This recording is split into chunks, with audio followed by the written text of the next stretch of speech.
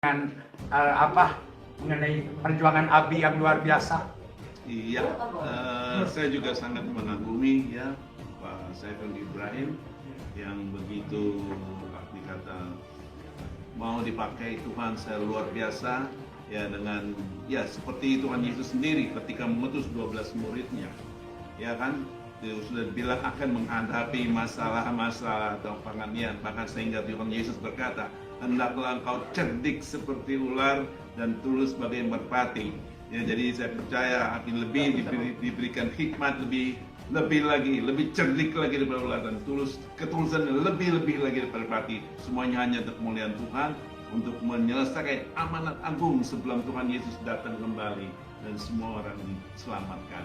Ya. Saya percaya Tuhan akan pakai pendeta Saiful Ibrahim secara luar biasa, dan pengurapan yang selalu dicurahkan dalam setiap pelayanannya dan akan membuahkan buah-buah yang manis untuk kemuliaan Tuhan. Itu yang saya harapkan. Iya, saudara kekasih, memang pendeta Saifuddin Ibrahim ini barang langka. Langka mungkin cuma satu di Indonesia yang kita tahu semua pelayanannya. Satu hal saya mau tanya sama Abi. Abi, bagaimana urgensinya? Ya, Abi sudah bergerak habis-habisan di Indonesia. Tentunya ada apa sampai mau ke luar negeri, tentunya ke PBB, karena kan kita ini Indonesia di bawah PBB ya, harus submit kepada Persatuan Bangsa-Bangsa. Sampai di mana urgensinya menurut Abi harus kita masuk ke International Amnesty? Silakan. Ya, undang-undang yang ada di Indonesia selalu mayoritas yang diperhatikan, minoritas ya jangan berharap untuk mendapatkan keadilan bagi bangsa kita. Apalagi dengan kasus-kasus penistaan agama ini selalu kita dikalahkan. Dan selama pasal penistaan agama ini belum ada orang Islam yang masuk penjara. Bahkan dicari-carilah masalah-masalah yang dicari-cari untuk menangkap Ahok, untuk menangkap Apollo Naris Darmawan, Bu Meliana. Semuanya kita mengalami kerugian material dan spiritual. Kita akan dipenjara dan sebagainya, termasuk Saifuddin Ibrahim itu mengalami penganiayaan dan pelecehan ketidakadilan dari hukum Indonesia. Jadi kalau kita berbicara urgensinya, ya sebenarnya kalau melaporkan ke Mahkamah Internasional, itu melaporkan bangsa kita, mengatakan bahwa bangsa kita ini rendah dan remeh dan tidak beradab lah begitu selama ini. Tapi mau ngomong apa lagi? Semuanya sudah putus asa, semuanya kecewa, dan orang-orang kantong-kantong Kristen sekarang ini melihat bahwa Jakarta tidak punya harapan. Apalagi sekarang ini keinginan mereka untuk menjadikan Indonesia menjadi negara khilafah. Nah, ini sangat mengerikan dan sangat menyedihkan bagi minoritas.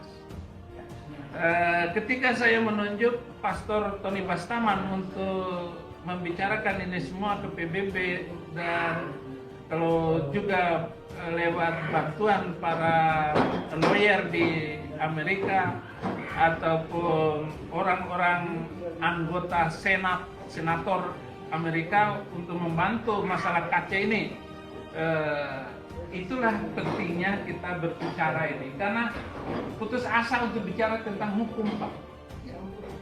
Oke, gitu nampaknya. Di poin ini, apakah Abi tidak melihat ada progresif kemajuan? Kalau kita lihat zamannya dulu, sebelum Yusuf Roni, Hamdan Amri, terus Dokter Suradi, ya lantas ke Abi sendiri, kan dari Yusuf Roni ke Abi. Apakah ada kemajuan di Indonesia? Atau kalau saya sih masih ada kemajuan, tentunya kan itu masih perjuangan. Ya. Oke, benarkah Saifuddin Ibrahim pergi dari Indonesia, kabur sengaja kabur ke Amerika Serikat karena kasus 300 ayat dalam Al-Quran? Dia minta kepada Menteri Agama supaya dihapus. Nah, setahu saya bahwa pendeta Saifuddin Ibrahim ini pergi ke Amerika bukan karena kabur, tetapi karena ada pelayanan di sana. lantas beliau tidak pulang, nah itu ada masalahnya, ada persoalan. Karena ada orang-orang yang menghalalkan darah pendeta Saifuddin Ibrahim. Ya, ini ada sebuah berita bahwa Saifuddin Ibrahim menerima ancaman pembunuhan. Nah itu yang membuat salah satu beliau ini tidak bisa pulang karena ada ancaman pembunuhan terhadap dirinya. Nah itu jadi masalah. Siapa sih yang bisa pulang kalau demikian? Itu ada ancaman ya. Berbahaya sekali. Ingat kasus MKC ketika beliau masuk ke dalam penjara, beliau dianiaya, dipersekusi, bahkan dipaksa untuk menelan kotoran manusia. Itu tindakan-tindakan yang tidak peri kemanusiaannya, tidak punya hati nurani, sudah buta rohani, ya tidak tahu lagi mana yang baik dan benar. Ya, seorang Napoleon. Teman-teman sekalian, bahkan Napoleon juga berpesan kepada Saifuddin Ibrahim ya untuk bertemu dengan dia. Dia tidak ngapa-ngapain katanya, dia hanya mencilatnya. Apa maksudnya kata mencilat itu? Nah itu berbahaya ya. Pendeta Saifuddin Ibrahim ngaku terima ancaman pembunuhan, dan itu kemarin muncul di YouTube ya. Di channel saya juga saya sudah upload, ada seorang yang siap untuk mengirimkan pembunuh bayaran, membunuh Saifuddin Ibrahim ke Amerika, memburu dia sampai ke Amerika. Nah itu salah satu alasan kenapa Saifuddin Ibrahim ini tidak bisa pulang ke Indonesia karena ada ancaman pembunuhan. Lalu kalau kita lihat di sini, imigrasi mengatakan bahwa kepergian pendeta Saifuddin Ibrahim diduga karena kabur, ya karena kabur. Padahal pendeta Saifuddin Ibrahim sebelum 300 ayat dalam Al-Quran itu dia minta untuk dihapuskan, dia masih di Indonesia pada saat itu. Ya, sebelum viral ya, dia masih di Indonesia. Setelah viral, dia sudah sampai ke Amerika. Nah, setelah viral maka heboh, ada orang yang mengancam beliau tidak bisa pulang, dia takut ya. Imigrasi, Saifuddin Ibrahim tinggalkan Indonesia pada bulan Maret 2022, diduga kabur ke Amerika. Jadi dugaannya ini bukan karena Saifuddin Ibrahim kabur, tetapi karena beliau memang ada pelayanan pada saat itu di sana ya. Terlepas dari salah benarnya ya pernyataan pendeta Saifuddin Ibrahim ini, tetapi saya mau beritahu bahwa ancaman pembunuhan itu tidak boleh. Apapun menjadi persoalan pelanggaran hukum yang dilakukannya, biarlah hukum yang bertindak ya. Coba perhatikan ini, ada sebuah video dari Agustan ya menggiring sebuah pendapat dan opini. Dia mengatakan apakah perlu dihalalkan darah Saifuddin Ibrahim? Ya, ini Agustan yang menghina kekristenan. Dalam beberapa waktu belakangan ini dia mengatakan bahwa ajaran Kristen itu ajaran setan, kitab suci Kristen itu adalah palsu, Kristen itu melakukan segala cara, amanat agung harus dihapus, dan seterusnya. Kejahatan Agustan ini memang sudah keterlaluan. Mudah-mudahan pihak keamanan Cyber Polri bisa melihat-lihat orang ini ya, karena Saifuddin Ibrahim begitu cepat, begitu ditanggapi secara tanggap oleh Mahfud MD, tetapi rupanya diam kepada Agustan yang telah jelas-jelas menghina agama Kristen. Baik, kita akan lihat komentar dari apa yang disampaikan dari Agustan ini. Dia mengatakan bahwa apakah perlu dihalalkan darah Saifuddin Ibrahim? Nah, netizen yang komentar ini di channelnya Agustan ya, dia mengatakan, ada yang mengatakan bahwa sehat selalu kok, halal darahnya Saifuddin. Ya, ajaran apa yang menghalalkan darah seseorang ya? Itu kan sebuah ajaran yang sudah menyimpang ya, karena menghilangkan nyawa manusia.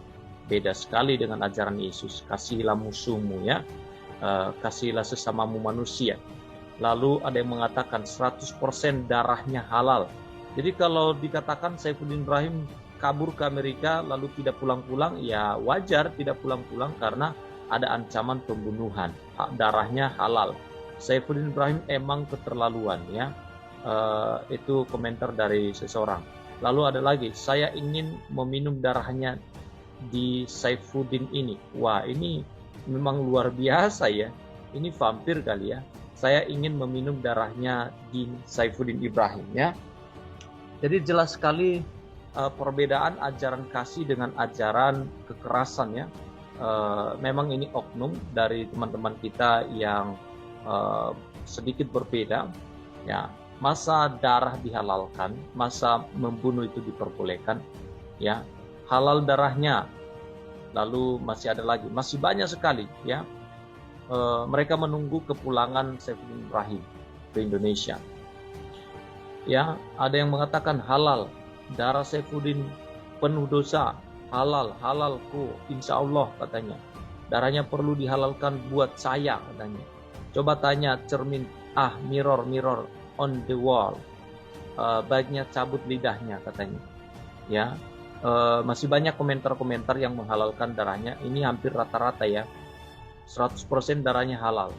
Ini banyak sekali komentar-komentar yang menghalalkan darahnya Saifuddin Ibrahim.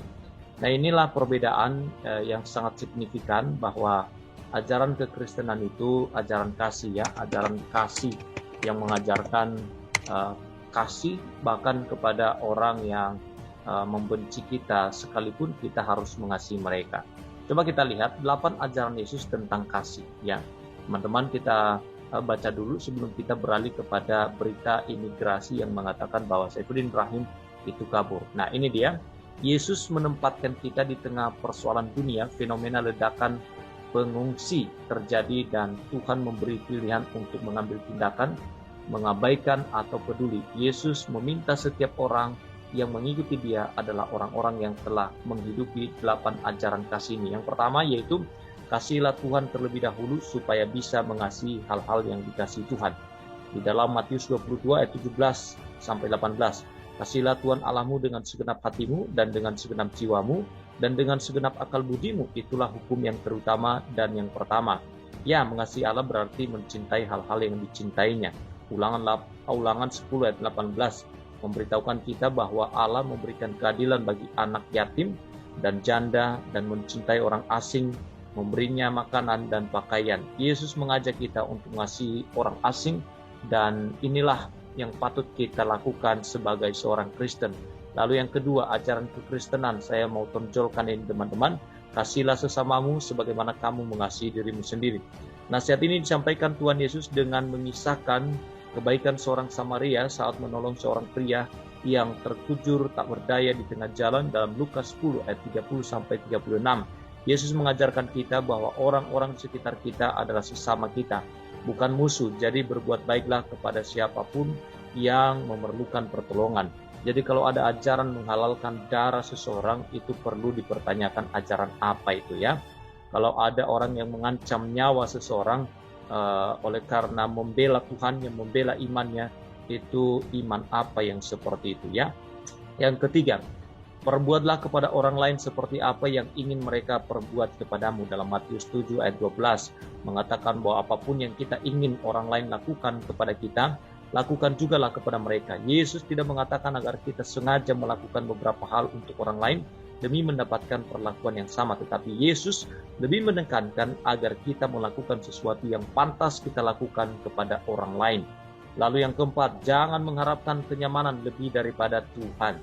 Jadi Tuhan yang menjadi nomor 1 utama dalam kehidupan ini. Lalu yang kelima yaitu tidak takut. Setelah Yesus mengatakan agar kita tidak mengharapkan perlakuan yang lebih baik daripada dia, lebih mengutamakan yang lain daripada Tuhan, kita diingatkan untuk tidak takut kepada orang-orang yang hanya mampu membunuh tubuh tetapi tidak bisa membunuh jiwa atau roh kita. Sebab takut akan Allah akan menyelamatkan tubuh dan jiwa dari neraka. Yang keenam, rela menyangkal diri dan memikul salib. Yang ketujuh, kasihilah musuhmu. Nah, ini dia teman-teman. Hal ini penting untuk menjaga kita dari musuh. Kita tidak diminta memandang mereka yang berbeda bangsa seperti pengungsi, seperti orang-orang yang berbeda dengan kita, beda agama, tetapi kalau mereka memusuhi kita, hendaklah kita berdoa untuk mereka. Kita tidak boleh membenci mereka. Kita mungkin membenci keberadaan seperti ISIS, tetapi orang-orangnya kita harus kasihi sebab mereka adalah mereka juga ciptaan daripada Tuhan yang perlu mendapatkan kasih karunia dari Tuhan itu sendiri. Dalam Matius 5 ayat 43 sampai 48 dijelaskan tentang bagaimana kita harus mengasihi musuh kita dan lebih memilih untuk berdoa untuk keselamatan mereka. Kita hanya melakukan hal yang sia-sia apabila kita hanya membalas kebaikan dengan kebaikan. Oleh karena itu, kita harus meneladani Yesus yang telah menunjukkan kasih-Nya bagi kita orang berdosa. Kristus telah mati bagi kita untuk dapat memperdamaikan kita dengan Allah Bapa. Yang kedelapan yaitu berjalan di dalam jalan Tuhan. Jauhkanlah dirimu dari sikap mementingkan diri sendiri dan mengarah pada kepedulian kepada orang lain. Sama seperti Yesus yang telah meninggalkan tahta kerajaannya demi menjadi serupa dengan manusia. Filipi 2 ayat 4-8. Kerendahan hati diperlukan pengikut Yesus Kristus untuk mampu mengerjakan pekerjaan Yesus di dunia ini, yakni menjadi hamba untuk melayani orang lain. Jadi teman-teman sekalian, itulah 8 ajaran tentang kasih yang diajarkan oleh Tuhan Yesus. Tidak mengajarkan menghalalkan darah, membunuh, mengancam nyawa orang lain. Tetapi Yesus mengajarkan kita untuk mengasihi bahkan musuh sekalipun. Baik, kita kembali kepada apa yang disampaikan dalam serambinews.com. Imigrasi Saifuddin Ibrahim tinggalkan Indonesia Maret 2022, diduga kabur ke Amerika. Nah, tersangka dugaan kasus penistaan agama Saifuddin Ibrahim ternyata baru meninggalkan Indonesia sejak Maret 2022. Dia meninggalkan tanah air ya seusai videonya meminta 30 ayat Al-Qur'an, 300 ayat Al-Qur'an dihapus viral di media sosial. Demikian disampaikan oleh Kabag Penum Divisi Humas Polri Kombes Pol Gatot Repli Handoko. Ia menyatakan tersangka diduga meninggalkan Indonesia menuju Amerika Serikat. Nah, dia kelihatannya menurut data imigrasi sepertinya bulan Maret dia berangkat ke Amerika. Ia menuturkan tersangka berangkat ke Amerika Serikat seusai videonya viral. Oh, sebenarnya sebelum viral ya, sebelum videonya viral, dia sudah pergi ke Amerika. Saat itu penyidik Polri masih melakukan penyidikan terkait beredarnya video tersebut. Jadi semenjak dia naikin di akun pertama kali upload video tersebut, sorotan netizen, nah dia di dugaannya yang bersangkutan sudah berangkat saat kita melakukan penyidikan. Namun begitu, kata-kata pihaknya masih tetap akan mencari Saifuddin Ibrahim. Oke, teman-teman sekalian, jadi ini penjelasan daripada imigrasi Indonesia terkait dengan kepergian Saifuddin Ibrahim ke Amerika Serikat. Nah, meskipun dia sudah berangkat, kita tetap melakukan proses pendalaman dan ada beberapa saksi kita periksa dan di situ kita perlu meneliti lebih lanjut lagi. Polri menyebutkan pencarian tersangka dugaan kasus penistaan agama Saifuddin Ibrahim bukan perkara yang mudah memang. Pasalnya dia kini berada di luar negeri. Kabag Penum Divisi Humas Polri Kombes Gatot Repli Handoko menyampaikan bahwa tersangka Saifuddin Ibrahim bisa saja berpindah-pindah negara dengan hanya bermodalkan paspor. Untuk mencari yang bersangkutan, kini kan saya sampaikan kalau yang bersangkutan ada di Eropa, tentu sudah punya gambaran di Eropa. Kalau dari Prancis ke Italia, kemudian ke Italia, kemana, itu kan hanya dengan paspor dia bisa berkeliling, kata Gatot Repli. Nah, karena itu kata Gatot, pihaknya terus berkoordinasi dengan Interpol untuk membantu proses pencarian tersangka. Sebaliknya polisi Indonesia juga telah menjalin kerjasama antara polisi berbagai negara untuk mencari tersangka. Jadi otomatis penyidik harus berkoordinasi dengan Interpol internasional yang berkantor pusat pada Lyon, Prancis jelasnya. Lebih lanjut, Gatot menambahkan pihaknya masih berupaya untuk permohonan penerbitan writ notice terhadap Saifuddin Ibrahim. Jadi teman-teman sekalian, kenapa Saifuddin Ibrahim tidak bisa pulang? Ya itu tadi saya sudah sampaikan bahwa beliau ada ancaman dari beberapa orang ya, yang kita ketahui bahwa ada satu orang yang dengan tegas mengirimkan orang untuk memburu Saifuddin Ibrahim dan menghalalkan darahnya. Oke, ini ya. Assalamualaikum warahmatullahi wabarakatuh. Ini adalah orang yang banyak sekali kontennya menghina Kristen dan dia alasan penyerangannya itu sebenarnya menurut aku ya sederhananya memberi pelajaran kepada Amerika Serikat dan NATO. Teman-teman sekalian. Oh, justru ke sana. Oh ya, bahwa dunia ini nggak boleh di-run oleh satu orang. Ya, kita akan periksa apa yang disampaikan di channel Agustan ya, karena di sana kita temukan banyak sekali hujatan-hujatan terhadap orang-orang Kristen dan kadangkala itu memancing sebuah pendapat dan argumentasi sehingga kadangkala kita juga kebablasan masuk kepada kitab suci mereka untuk menjelaskan apa yang mereka sampaikan kepada iman kita, karena mereka lebih dulu melakukan hal yang demikian, mengkorek-korek kitab suci agama Kristen, tetapi ketika kita berbicara kitab suci mereka, kita dianggap sebagai penghina agama. Buat saya nggak ada tempat buat para radikal dan teroris di negeri ini yang punya niat untuk mengubah ideologi negara. Negara ini terlalu indah untuk dihancurkan oleh mereka yang ingin menjadikan negara agama.